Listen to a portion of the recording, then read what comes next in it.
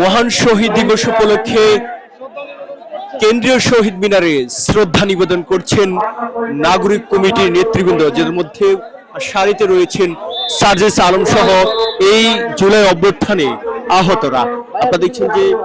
আহতদের একবারে সামনে নিয়ে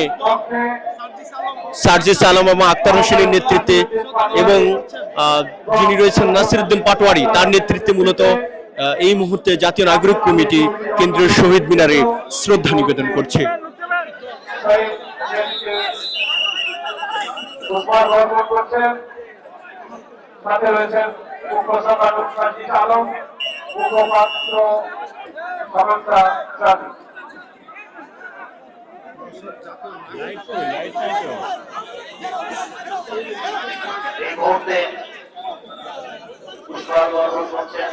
জাতীয় নাগরিক কমিটি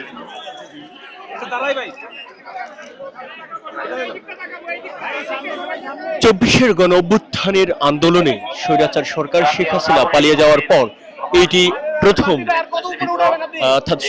আন্তর্জাতিক মাতৃভাষা দিবস বা শহীদ দিবস। এই শহীদ দিবসে প্রথম শ্রদ্ধা নিবেদন করছে বাংলাদেশের সাধারণ মানুষ, যেখানে এই মুহূর্তে জাতীয় নাগরিক কমিটি অর্থাৎ যারা এই গণ অভ্যুত্থানের আন্দোলনে নেতৃত্ব দিয়েছিলেন সেই আন্দোলনের নেতৃত্বদাতা দল এবং নাগরিক কমিটির নেতৃবৃন্দ যারা রয়েছেন তারা এই মুহূর্তে শ্রদ্ধা নিবেদন করছেন কেন্দ্রীয় শহীদ মিনারের শহীদদের স্মরণে।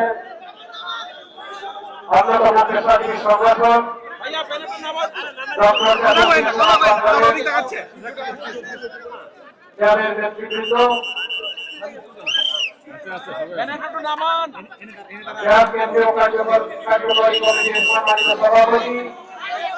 অধ্যাপক ডাক্তার হারুন আব্দুর রশিদ, সম্মানিত মহাসচিব ডক্টর মোহাম্মদ আব্দুল সালাম, উপাধ্যক্ষ ডক্টর সৈয়দ ইসলাম শাকির, এদের নেতৃত্বে বাংলাদেশের অন্যতম পেশাজীবী সংগঠন ডক্টর বাংলাদেশের শহীদ মিনারে সকলের পক্ষে শ্রদ্ধা নিবেদনের জন্য